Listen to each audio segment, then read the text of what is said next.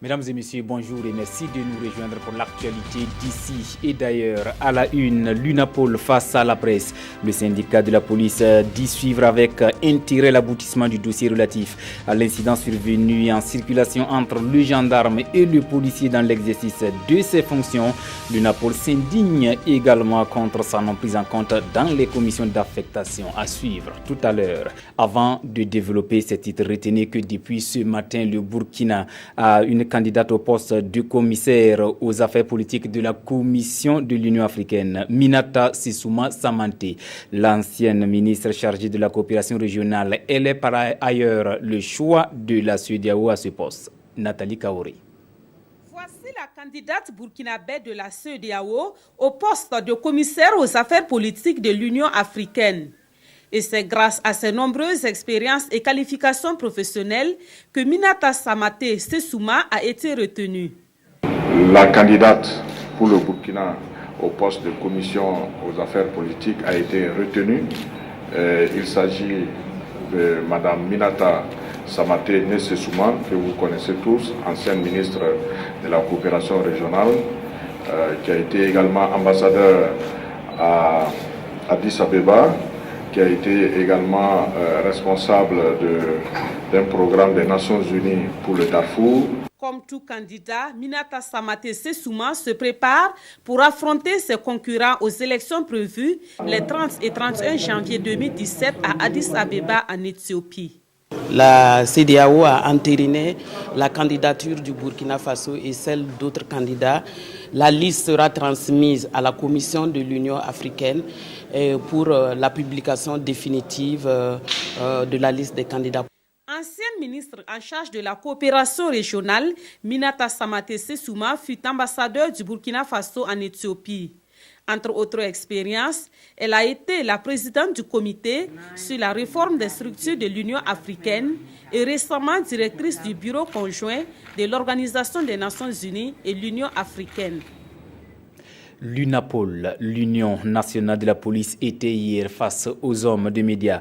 Au menu, le récent incident entre le policier et le gendarme. La presse en a largement fait écho. C'est un dossier que le syndicat de la police dit suivre de près. À cette conférence, l'UNAPOL dénonce également sa non prise en compte dans les commissions d'affectation. Mokhtar Ouedraogo, Monkoun Dabiri. La gestion de l'affaire de l'agent de police giflé par un gendarme frise la colère de l'UNAPOL, l'Union nationale de la police. Dans un article publié dans le journal en ligne Burkina 24, le directeur général de la police nationale affirmait avoir contacté la hiérarchie de la gendarmerie pour gérer la situation au sommet des deux institutions. Une méthode que l'UNAPOL juge humiliante et dégradante vis-à-vis de la police. Pour le syndicat, il est temps qu'une solution structurelle soit trouvée pour la résolution de tout conflit qui oppose un agent de police à tout autre agent des forces de l'ordre et de sécurité, lesquels d'ailleurs deviennent légion. Pour nos deux hiérarchies, gérer, c'est obliger le policier victime de coups et d'actes d'humiliation à se rendre bon gré mal gré à l'état-major de la gendarmerie afin que le gendarme, auteur de l'exaction, lui présente des excuses laconiques et qu'on oblige le policier victime à accepter ses excuses sans qu'aucune sanction ne soit prise à l'encontre de son bourreau, sans verser dans la provocation. Nous disons qu'avec le nouveau régime démocratique que le peuple burkinabé a acquis de haute lutte, la police nationale n'a vraiment plus besoin de gestionnaires du genre, mais plutôt de managers qui se préoccupent de la cohésion avec les autres forces de la nation sans fouler aux pieds l'honneur des policiers. Pour l'UNAPOL, force doit rester à la loi. Et à cet effet, le syndicat dit avoir saisi la justice pour le cas de l'agent de police Oumar Zongo, renversé par un véhicule. L'UNAPOL déplore également sa non prise en compte dans les commissions d'affectation des agents de police, comme le prévoit les tests. Sur la question des policiers radiés suite à la mutinerie de 2011, le syndicat demande l'indulgence du chef de l'État pour leur réintégration dans les rangs de la police nationale. Parlons politique à présent. La PL face aux défis actuels. Militants et leaders de l'Alliance pour le progrès et la liberté en parlaient dimanche au cours de leur congrès ordinaire tenu ici même à Ouagadougou. Ce parti politique dénonce ce qu'il qualifie d'insuffisance du pouvoir actuel et se propose d'apporter sa contribution si besoin en était pour une meilleure gestion du Burkina. Oumou Sissé. L'Alliance pour le progrès et la liberté souhaite partager sa vision pour une meilleure gestion du Burkina et répondre ainsi aux préoccupations des populations. À son congrès ordinaire, l'APL touche du doigt des difficultés telles que l'insécurité et l'incivisme grandissant. Et le parti entend y faire face. Notre parti est un ancien parti. Nous avons des conseils quand même à donner au régime actuel, à la situation actuelle. Nous avons notre mot à dire. Notre mot, c'est vraiment tout faire pour qu'il y ait la sécurité au Burkina. Premièrement, il faut qu'il y ait le pardon. Le pardon, la tolérance, pour qu'il y ait la réconciliation. L'APL face aux défis actuels, c'est le thème de ce congrès ordinaire de l'Alliance pour le progrès et la liberté.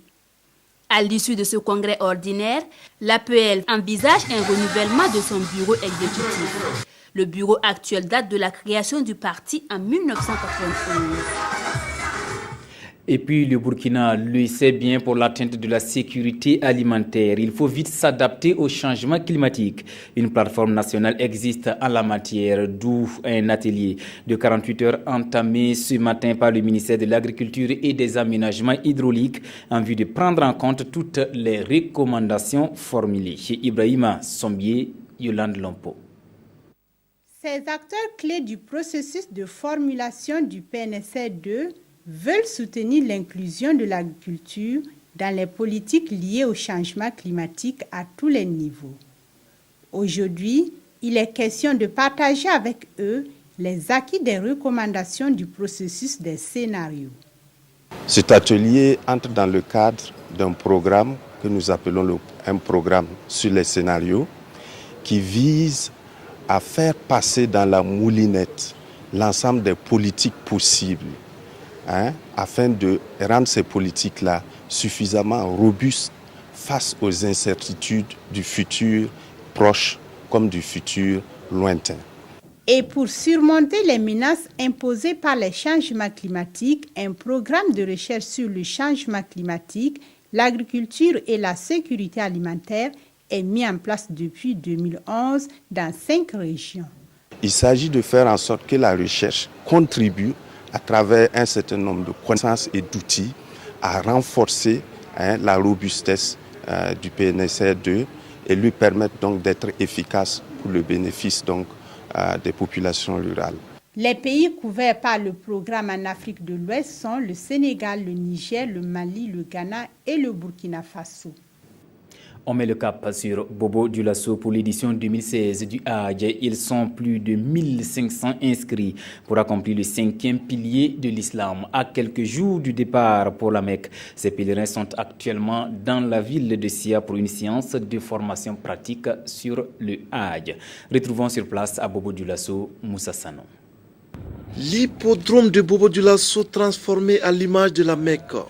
Et c'est parti pour la simulation du rituel du pèlerinage. Kaaba, Safa, Marwa, Mina, Mouzalifa, Arafat, tous ces lieux sont passés en revue. Nous sommes très contents parce que déjà ça nous met en route et ça nous donne déjà l'expérience. Et comme on l'a dit, c'est du sport. Et en faisant ce tour déjà, on commence à savoir que ce n'est pas facile et on prend les dispositions. Ça n'a rien à voir avec la théorie, quoi. Ça va, on a bien assimilé. On arrive à faire le tour, on arrive à ce qu'on doit dire, on arrive à faire ça, les invocations, les zikrs, là où on doit faire. Le pèlerinage à la Mecque constitue le 5e pilier de l'islam. Aider les pèlerins à l'accomplir avec succès, c'est l'objectif de cette séance de simulation, une formation initiée par l'agence Talbia. Nous avons initié la formation pour permettre aux futurs pèlerins de pouvoir concilier la théorie avec la pratique. Donc pour qu'ils puissent voir pratiquement comment est-ce que les choses se passent, les rites se passent. Donc c'est l'objectif principal afin que lorsqu'ils partent sur les lieux saints, qu'il n'y ait pas de problème, qu'ils puissent accomplir les rites du Hajj sans problème. Pour ces Hajj 2016, ils sont plus de 1500 fidèles à s'être inscrits à Bobo Dioulasso. Le premier vol de la ville est prévu pour ce 1er septembre. Oui, je le veux. Cette expression, vous l'avez pour sûr maintes fois entendue. La vie à deux, y entrer ou en sortir. C'est une interrogation que soulève le film de Serge Ouedraogo et Anthony Ouedraogo, le tout premier long métrage réalisé par ces deux comédiens burkinabés. Oui, je le veux. Ce nouveau film met à nu certains secrets de femmes. Césaire Carrefour, Aruna Mari.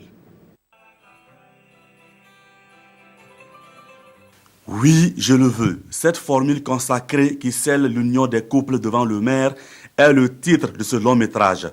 Un film qui explore le revers de la médaille de la vie de couple et du célibat. Le film s'inspire de la vie d'une jeune célibataire à la recherche d'un mari et celle d'une femme au foyer en quête d'enfants. Le tout sur fond de secret de femme et sous le regard de la communauté. Prends au moins le temps de réfléchir. C'est lui-même qui va mettre la pression à son patron pour rentrer à la maison. Les problèmes de notre société sont bel et bien reflétés dans ce film, notamment les difficultés auxquelles les jeunes sont confrontés quant à leur décision de s'engager dans la voie du mariage. Et puis ensuite aussi, il y a toujours ce poids social. Très beau film, c'est un chef-d'œuvre et je tire mon chapeau à ces deux jeunes réalisateurs. Oui, je le veux est le tout premier long métrage co-réalisé par Serge Ouedraogo et Anthony Ouedraogo, deux comédiens bien connus dans le 7e art burkinabé. Et oui, je le veux parce que ça traite de mariage, mais est-ce que tout le monde mérite oui, je le veux? Est-ce que tout le monde est appelé à se marier? C'est souvent la question qu'il faut se poser et il faut souvent ne pas pousser les gens dans le décor. Les rôles ont été incarnés par ces comédiens. Pour les réalisateurs, le port de la robe blanche ne doit pas être une simple formalité sous la pression sociale, mais un don de soi pour toute une vie. La revue de presse avant de refermer ce journal, les quotidiens de ce mardi reviennent sur la présidentielle au Gabon dont les résultats vont être donnés ce soir par la CENAP, la Commission électorale nationale autonome et permanente. Un autre sujet d'actualité a intéressé les parutions de ce jour. Il s'agit des conclusions de la 6e TICAD à laquelle le Burkina prépare à Nairobi. Toboum Evelyne Dabiri. Les quotidiens de ce jour rapportent le point de presse du président Roch-Marc Christian Kaboré dès son retour de Nairobi où il a pris part à la conférence internationale de Tokyo avec l'Afrique. Cette conférence a semé des grains d'espoir car, précise le journal Le Quotidien, les Japonais veulent bien investir en Afrique à condition qu'il y ait la sécurité. Ils souhaitent également qu'on améliore le cadre des affaires pour leur permettre de pouvoir venir en Afrique, explique le président Kaboré dans le pays. D'autres propositions ont été faites afin d'ouvrir le marché japonais, conclut-il dans ses doyens. Autre sujet d'intérêt des quotidiens, les résultats de l'élection présidentielle au Gabon attendus ce jour. Ce mardi, classé rouge par l'observateur Palga, est celui de tous les dangers et de tous les risques. Des risques dus à la guerre des chiffres que se livrent les partisans du président sortant Ali Bongo et ceux de son challenger Jean Ping, poursuit ce quotidien. Et comme pour ne rien arranger, la mission d'observation électorale de l'Union européenne a déclaré que la gestion des élections a manqué de transparence, rapporte Citoyen. Chaque camp se déclare d'ores et déjà vainqueur, une attitude qu'aujourd'hui au Faso juge clairement antidémocratique et carrément de mauvais goût, car, poursuit ce quotidien, proclamer ces résultats à la place de la CENAP est une forme de chantage faite à cet organe. Le pays revient à la charge.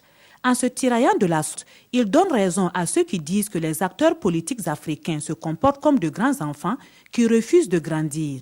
Aujourd'hui, au Faso implore alors, CENAP, dites seulement une parole et le Gabon pourra retomber sur terre. Mais en entendant cette parole libératrice, le compte à rebours a commencé, conclut l'observateur Palga. Ainsi s'achève l'actualité de cette mi-journée sur la télévision du Burkina. Merci de l'avoir suivi. À bientôt.